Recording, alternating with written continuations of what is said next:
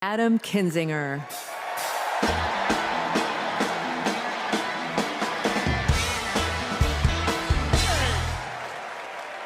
Hey, good evening. Good evening. Thank you, thank you, thank you. I'm Adam Kinzinger, and I am proud to be in the trenches with you as part of this sometimes awkward alliance that we have to defend truth, defend democracy, and decency.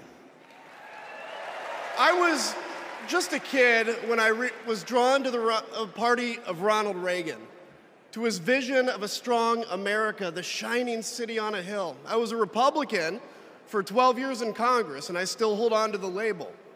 I never thought I'd be here, but listen, you never thought you'd see me here, did you? But I've learned something about the Democratic Party, and I want to let my fellow Republicans in on the secret.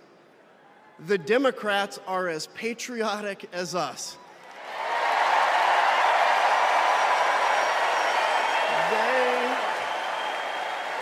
They love this country just as much as we do.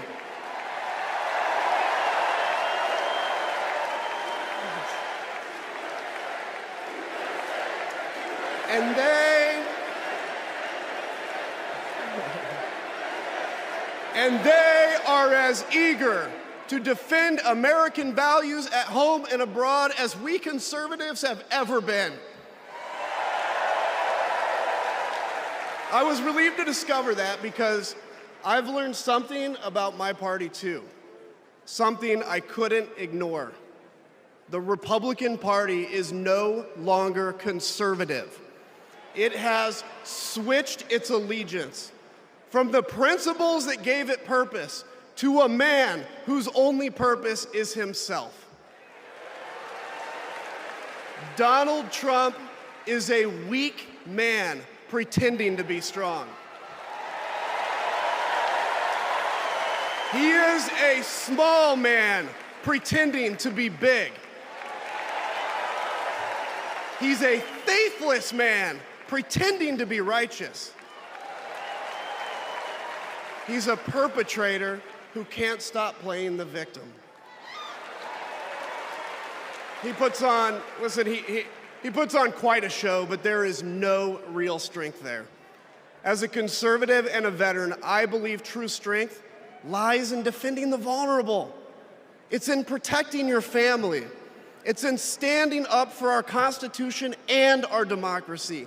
That is the soul of being a conservative. It used to be the soul of being a Republican, but Donald Trump has suffocated the soul of the Republican Party. His fundamental weakness has coursed through my party like an illness, sapping our strength, softening our spine, whipping us into a fever that has untethered us from our values. Our democracy was frayed by the events of January 6th, as Donald Trump's deceit and dishonor led to a siege on the United States Capitol. That day, I stood witness to a profound sorrow, the desecration of our sacred tradition of peaceful transition of power, tarnished by a man too fragile, too vain, and too weak to accept defeat.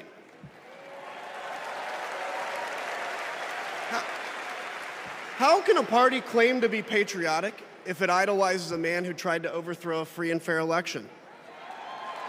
How can a party claim to stand for liberty if it sees a fight for freedom in Ukraine, an attack pitting tyranny against democracy, a challenge to everything our nation claims to be, and it retreats, it equivocates, it nominates a man who is weirdly obsessed with Putin? And his running mate who said, quote, "I don't care what happens in Ukraine." Yeah, and he wants to be vice president. Yeah. How can a party claim to be conservative when it tarnishes the gifts that our forebears fought for? Men like my grandfather, who served in World War II, who believed in a cause bigger than himself, and he risked his life for it behind enemy lines. To preserve American democracy, his generation found the courage to face down armies. Listen, all we're asked to do is to summon the courage to stand up to one weak man.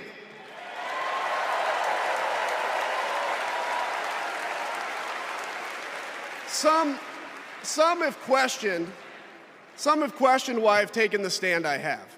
The answer is really simple, ladies and gentlemen. We must put country first. And tonight, as a Republican speaking before you, I'm putting our country first.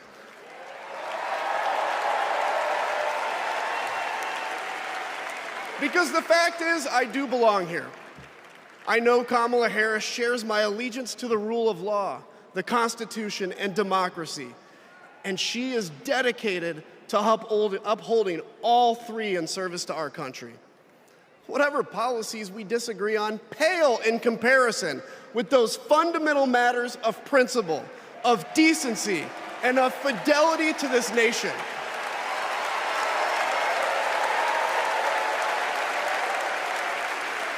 Listen, to my fellow Republicans, if you still pledge allegiance to those principles, I suspect you belong here too. Because democracy knows no party.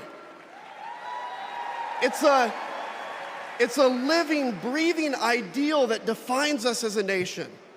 It's the bedrock that separates us from tyranny, and when that foundation is fractured, we must all stand together, united, to strengthen it.